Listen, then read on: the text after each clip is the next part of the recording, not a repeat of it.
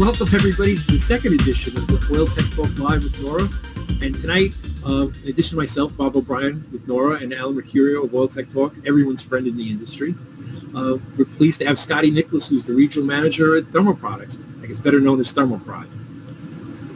Major furnace manufacturer, major oil furnace manufacturer. Really happy to have Scott here tonight. Thank you for having me here today. You're a kid. You're very young. Yeah. How did you get where you are at a relatively young age? Had you started the industry? What drew you to it? Just how did you get here?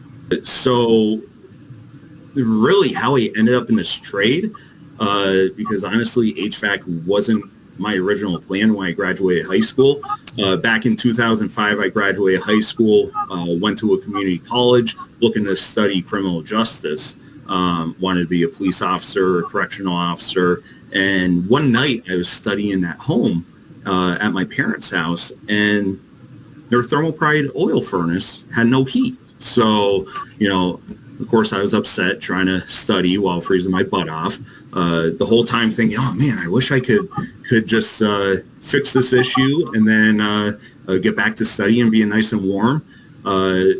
Obviously, I had no idea what I was doing. So a technician came in, fixed the issue. And then within a couple months, I was enrolled in the HVAC program at Porter and Chester in Chicopee. So I guess a full circle moment here, the company I'm currently working for, Thermo Products, actually got me into the trade because there's an issue with the furnace 18 years ago. So pretty fun to work for Thermo Products now, but obviously I didn't start right at Thermo Products. At school, Porter and Chester, by the last term, I found a job at Rice Oil and Propane in Greenfield, Mass. Worked there for about 11 months, got laid off, actually started painting for a local contractor, and actually thought for a moment I was never going to get back into the HVAC industry. But while working for that painter, I actually, he was getting a boiler installed, a Badaris, in his house, and the owner of Cerner Heating showed up, Bruce Montague, if he's listening. Hi, Bruce. But he actually showed up on the job site to help get the boiler in the basement, and he talked to me, gave me some words of encouragement to get back into the field. And within a month or two, I was working at Cerner Heating and spent 4 years as a technician doing installs, doing service, doing maintenance. And in those 4 years, I knew deep down I wanted to do something a little bit bigger. And of course, the on-call life, I wasn't a big fan of that. I'm sure a lot of people watching this video think the same thing. On-call can just go away and not deal with it. But I knew I didn't really want to do that. So I ended up finding a job posting at Carlin Combustion. They were looking for a tech guy. So I ended up at Carlin Combustion doing tech support and doing trainings. And as a young person at that time, 26 years old, 27, trying to start a family on the road is very tough. So I made the decision to go back to Cerner and do equipment sales. And after about a few months there, I met my current boss, Rob Hackett, and here I am. That's too. Yours is a great story because it illustrates that there's not just one path. You can meander around other things, and people, maybe they don't like it in the field, but there's other paths with manufacturers, reps, and manufacturers themselves, and tech support, and teaching in trade schools. There's a lot of different ways you can go in this industry. Obviously, we need people in the field. It's the most important. Absolutely. Trenches. And a lot of people, when they make these moves, they're actually involved pay cuts. A good technician will probably make more than a lot of these roles, at least initially. Yeah. So, but I think it's important for young people to realize, and even not just young people, career changers. Yeah. People who've been, they've been obsoleted or laid off, they're in their 20s, 30s, 40s, 50s, that there's a lot of potential in this industry. So much for that. Let's dig into the actual, what we came to discuss. Yeah, let's jump into the good stuff. Which would be airflow, and more airflow. Absolutely. So the airflow is so important. Being a younger salesperson when I first started with Thermo Products, it was always intimidating to start talking technical, because there's a lot when it comes to oil furnaces, right? You got the airflow, you got burner, you got ductwork, you have all these different pieces. And when I got asked to do a technical training last year, for one of our local distributors, I thought about it for a second. I'm like, all right, obviously I don't want to do just the product training, and I could do the typical service, installation, and maintenance training that I do that is just very broad, do's and don'ts of installs. Like don't put a furnace on top of a pallet and think it's going to stay there for 30 years. But when it comes to an oil furnace, what's the most important thing? So I sat there thinking about that.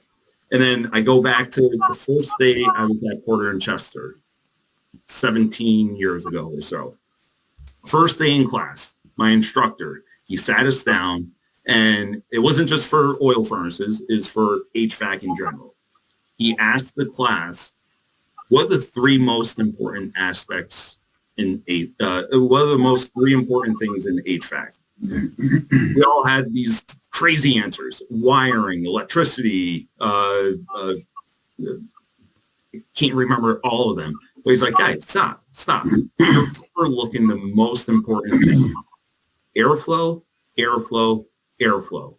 So it just dawned on me when I was trying to get this presentation together that yes, in the presentation I had for installation, service, maintenance, we did talk about airflow, but it was maybe for 10 minutes, if that. There's other important things when it comes to oil furnaces, but when it comes to doing these airflow trainings, if I can get it in people's heads to think about airflow 1, 2, 3, 4, 5, like top 5 on their list, then I think I'm doing my job, because I think airflow is probably one of the most common issues we run into that we like to sweep under the rug.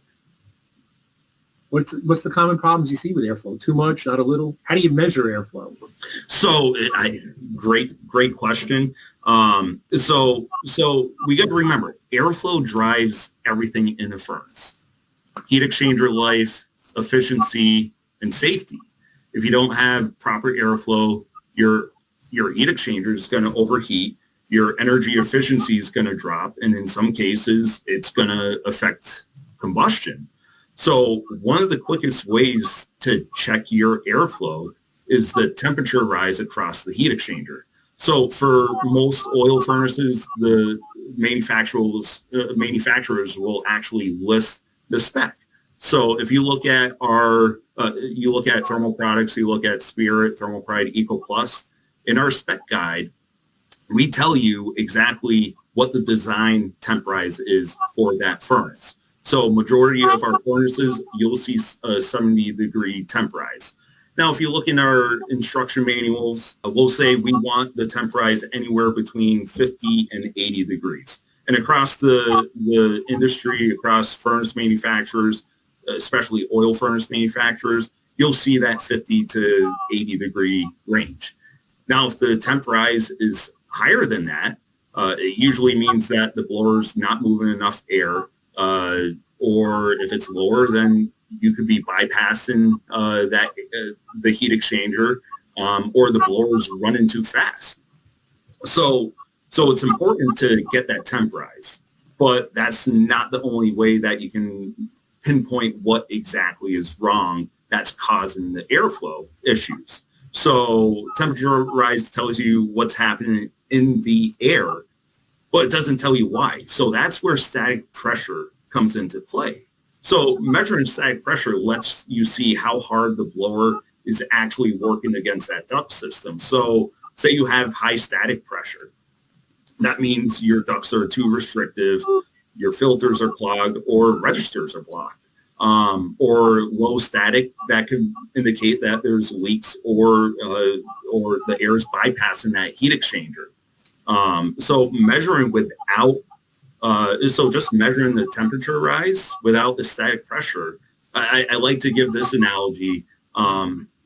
It's more of checking your car's speed, but ignoring whether the brakes are dragging. If you're just looking at the temperature rise, it's not going to give you that full picture. So we want to make sure that if you're ever running into any airflow issues, or even on any service call or maintenance call or especially installation, take 2 minutes, check your temp rise, check your static pressure, because that's going to save some headaches down the road for you. How do you check temperature-wise? Where you got to drill some holes in the ductwork in the case of the furnace? Where do you drill the holes, and what exactly are you looking for? Yeah, so when you're looking for temp rise, you're looking at the supply temp, and then you're looking at the return temp. Everyone likes to have a conversation and argue where the best spot is, right above, like a couple inches above where the furnace ends, and then you got your supply plenum on top, just a couple inches above there, above the because you got to remember, you got about 3 inches before you actually get to the top of the furnace from your heat exchanger to the top of the furnace. So a couple inches above the ductwork, that duct plenum, just drill a hole in, get your temperature. So, I'm sorry, Scott. What if you have an A coil on it? Then you go A coil, then you want to go above the A. Go above the A coil. Yep, go above the A coil, because if you go below that A coil, that's a restriction right there. So you're not actually getting your true temp rise if you go below that A coil. Now, on the other side, on the return side, depending on high boil or whatever you got, you want to go before the filter, because what you're essentially doing when you're checking the temp rise, you're checking to make sure. Sorry about that. So temp rise, you want it a little bit higher. Sorry. Static pressure, you want it right above the furnace. Sorry about that, guys. I'm sure someone spot checked me on Facebook, but sorry. But anyway, somebody's fact checking, right? Yeah. So essentially, what you're doing is you're trying to find the temperature differential between the supply and return. And so realistically, you're going to see the supply somewhere around that 140 range. If your airflow's good, you should be around that 140 range when you take your supply temp, if you have 70 degree return air coming back. So obviously it all depends on your return air. And now say the temp rise is too high, then you can start to, all right, we need to look a little bit more deeper. That's where we can come in and check our static pressure. How do you do that now? So you use a differential manometer? So you can use it with just a standard manometer. So the only thing you want to do if you do have a standard manometer, you want to make sure you have a static probe. So what the static probe, I'm sure everyone has seen one, whether or not they knew what it was. So the static probe, it's actually a probe that has a little 90 degree on it. So essentially what that's doing is, say if you just took your standard probe and just shoved it into the ductwork, what's that going to do? The velocity of that air is going to be just banging into your manometer.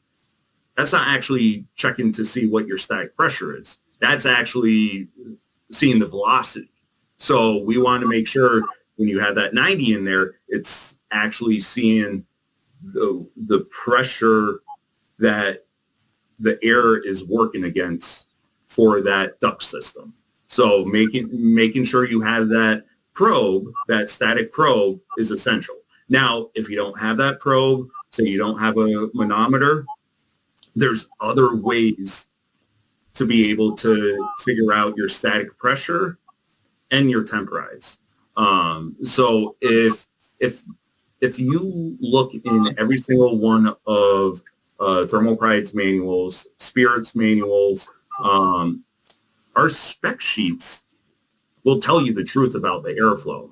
So like I said, every one of our manuals, all our spec sheets publish the tables connecting static pressure, CFM, motor amps, and temp rise. So if you guys go and look, go to thermopride.com, pull up one of our spec sheets, pull up one of our instruction manuals, you look at the back of that page, and it's going to tell you, it's going to give you those tables. So, okay, the tables, that's perfect. I see everything on these tables. Well, what's that mean? How do I figure out what's what? You take an amp draw of your motor. Once you get an amp draw of your blower motor, you can use that chart to know how much air you're actually moving. So you pair that with your temporize, and you've got everything you need to decide if airflow is right or wrong. Realistically, working on a thermal Spirit Eco Plus, you could get away with not using a manometer. As long as you have something to measure temperature, you're going to be golden. You're going to be able to figure out everything just by the specs and the instruction manual that we have. And back into it. Yep.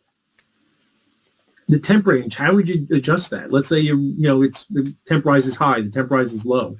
How do you know what's causing it, and what do you do to fix that?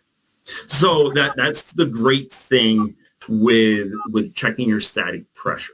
Because again, going back to checking your temporize, checking your static pressure, temporize is going to tell you there's an issue.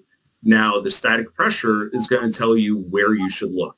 So say you have high static pressure.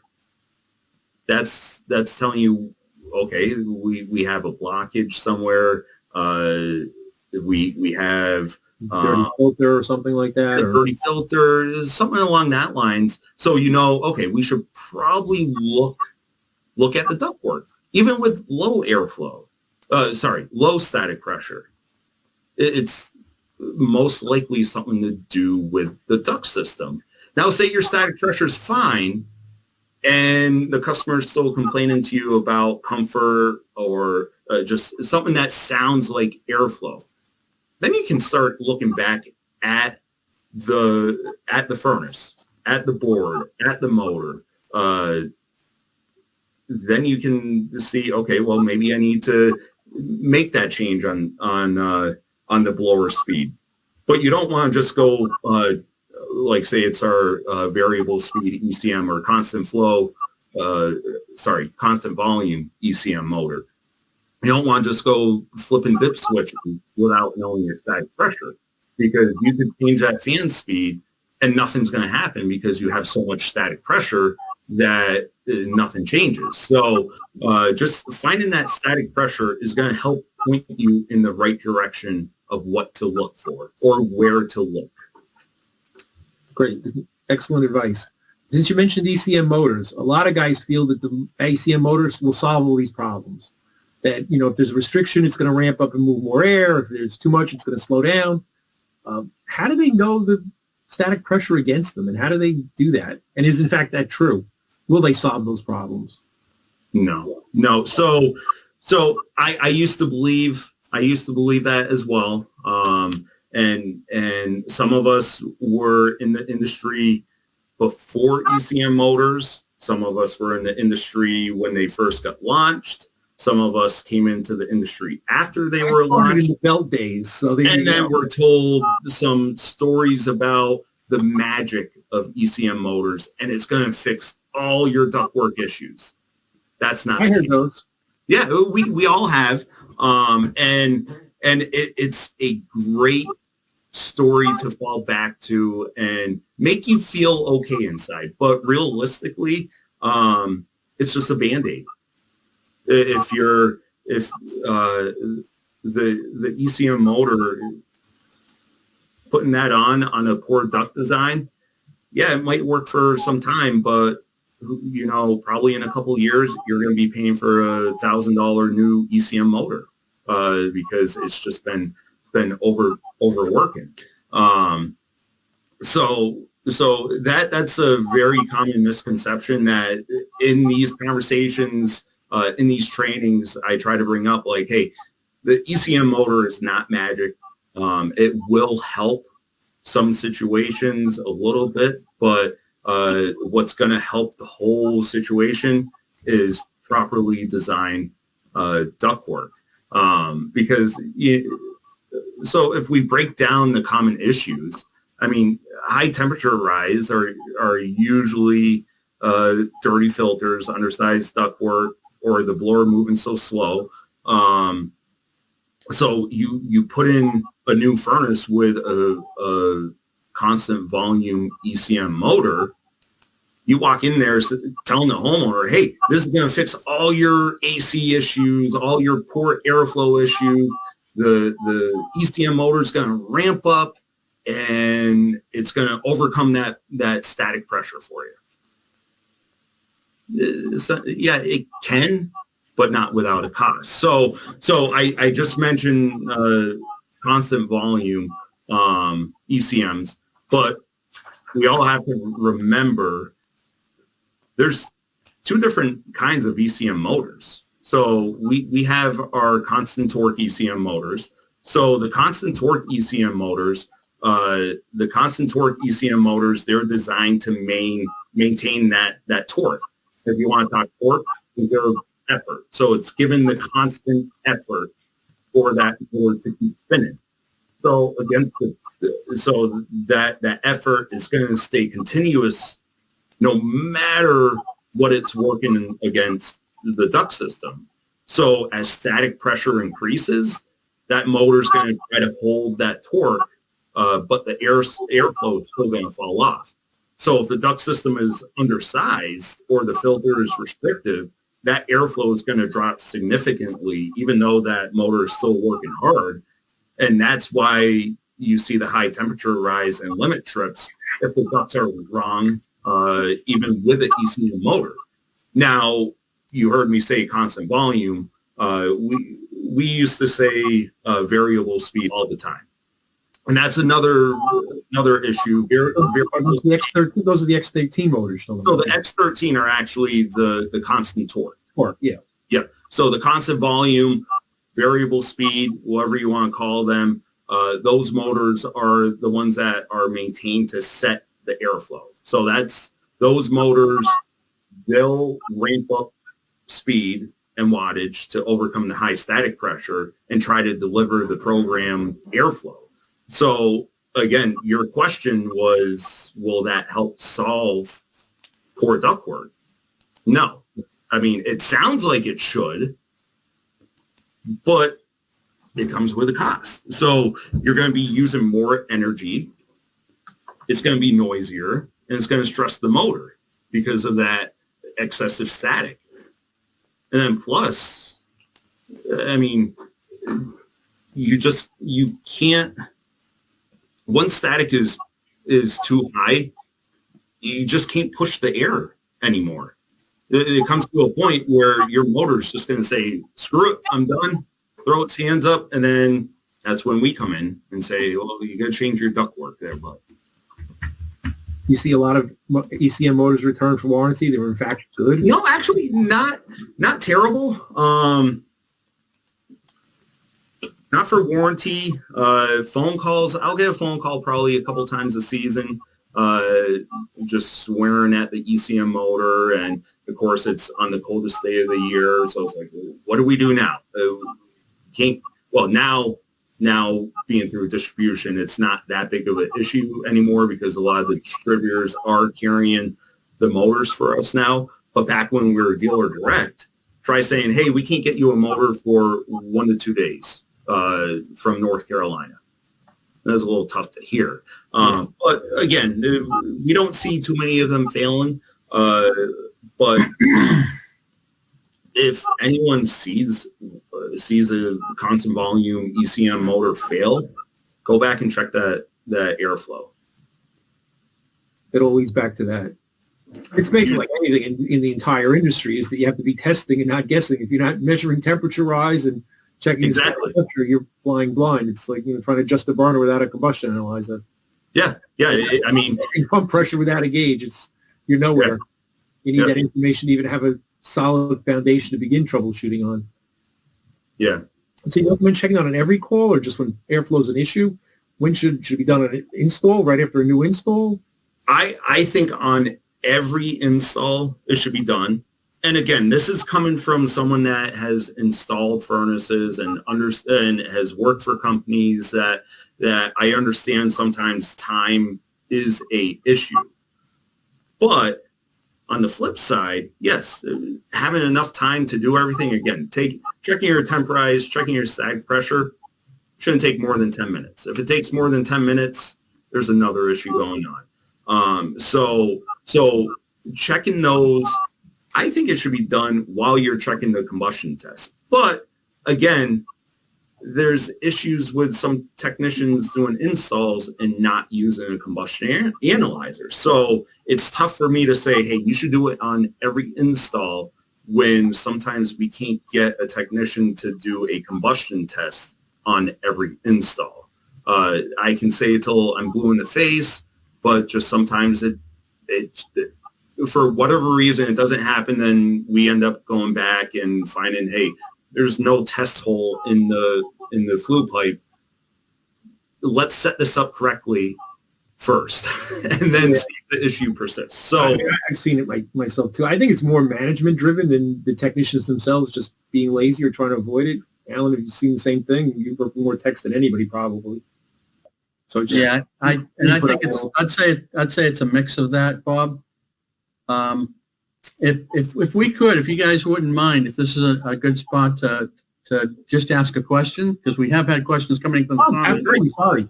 And Paul McGee's question is, can you speak a little about the importance of sufficient combustion air for installing new equipment?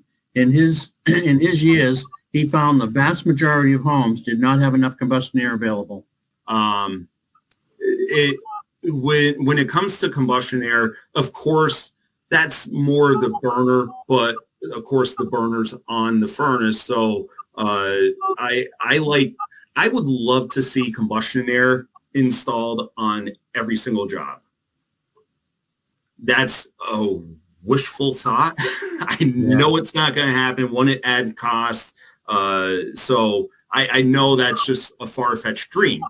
But when you look at the houses, when you look at all these weatherization agencies that are going around and making houses more efficient and making sure you're not losing enough heat, a lot of times what they're doing is closing that house up too tight and not caring about, hey, we need some fresh air in not only for your furnace and burner, but for your dryer, for your water heater, for your stove range, for your kitchen fan. There's so many things that are using fresh air in your house that why even chance not bringing combustion air to that furnace right off the bat?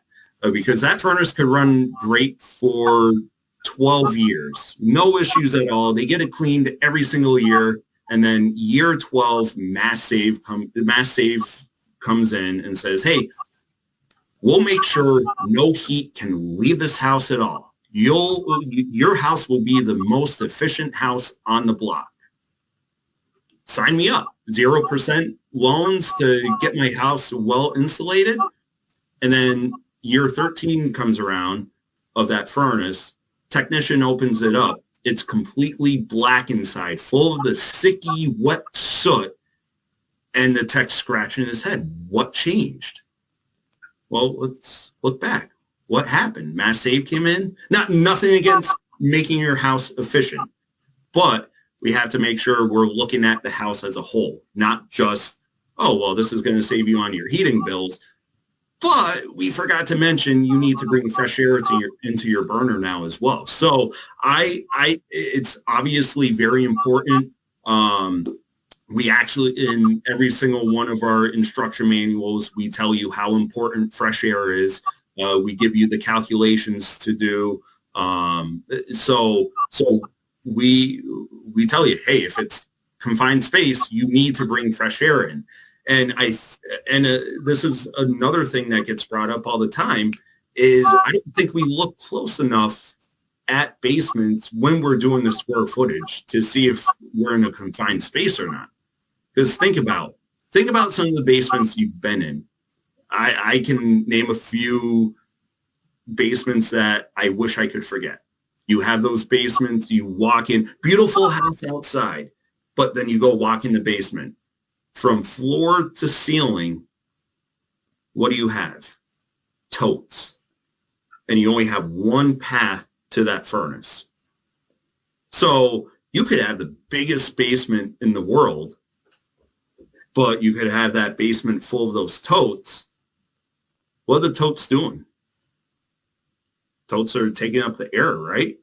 So you could have a 6,000 square foot basement, but filled with totes. Do you have enough combustion air at that point?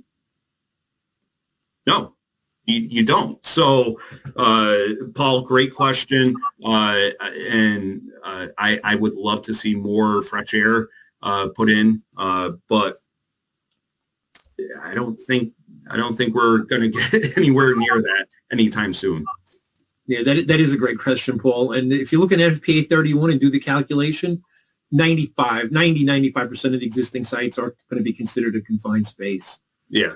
And a great point, Scott, with when you can figure the cubic volume to determine the space, you have to take out all the junk that's in it. Yeah. And, yeah. Everybody's been in those spots where the basement's big enough, but it's 3/4 full. But what else? There's nowhere where those cardboard boxes are. Yeah. What else? What else do you have down there, though? I mean, you could take away all of the totes. You have a dryer down there. The more that dryer pull more air now too. Yeah. So you have all. And what happens if? I mean, there's some houses that they leave their basement open. They go a finished basement, so they leave the door open at the top of the stairs. And what happens when that door gets closed? You could be cutting off that fresh air. Yeah, no, you're right. And I mean, this has been code for years. It's been an NFPA 31 for years, and it's probably the most ignored part of it, because I mean, it's hard to figure out. You have to do some math. You have to take some measurements and do the math, and people aren't fond of that. But that was a great question. Thanks, Paul. Any more questions, Alan? Actually, that's combustion air. Yeah, no, that's the only one so far. A few nods of agreement about having the issue with combustion air. Yeah, that's a big one. Yeah, yeah. And even to the point where on some of our furnaces on the mobile home, on the OME, we have a tag on the mobile home furnace saying combustion air needs to be hooked up, especially on mobile home furnaces. That combustion air is crucial, because you look at how tight everything is in a mobile home, and you see where you're drawing that return air in from. Everything's so compact that if you don't have that fresh air hooked up, you could have all sorts of odor issues. I'll give you a prime example. 2 days before Christmas, luckily it was nearby my house. It wasn't too far away. A great contractor in my area. They installed a OEM furnace, and it had been installed for a couple of years. This was actually my second time at the house. I don't like going for a second time. If I can't figure out the first time, if I'm back there for a second time, I'm not in a good mood to begin with, because one, I feel like I should have figured it out on the first job. First time I was out on the job. So what happened was I walked back in, and we thought we had solved the issue. We thought we had. There's some cross-contamination happening with the AC unit, but that ended up not being the case. It popped back up, so I was back out there right before Christmas. And the one place we didn't look for this job was underneath the mobile home. Not my favorite place in the world to be, especially a couple days before Christmas, crawling underneath the mobile home. So I talked to the technician. I'm like, hey, you know what? We've looked at everything in this house. We looked up and down everywhere. Something else is going on. We need to get underneath the mobile home. And he's like, you sure about that? Sales rep? I don't think sales reps like to go underneath mobile homes. I'm like, well, if we don't go underneath the mobile home, I'm going to be back out here next week during my son's birthday. We don't need that. So let's get this figured out now. So I go crawling underneath the mobile home, he gave me the longest direction possible to get to underneath the mobile home, where he went to the other side of the mobile home and got there in half the time I did. But I got right underneath where I thought the furnace should have been. And I'm looking up, I see ductwork, but I don't see the fresh air, hole for the furnace, or nothing, no ductwork, no fresh air pipe, nothing. So I'm looking up, I'm like, it should be right here, right where this ductwork is for the self-contained AC unit outside. So I shoved my hand up, and guess what? There's a 6 by 6 inch opening above where the ductwork was, where they were pulling fresh air from. So that furnace was going into a vacuum. So what was happening was, when it was going into a vacuum, then it was trying to pull air from everywhere else. Guess where it's pulling from? The roof jack. So it was sucking fumes down back from the roof jack, because they weren't pulling fresh air. Well, they were, but they only had a 6 by 6 inch hole.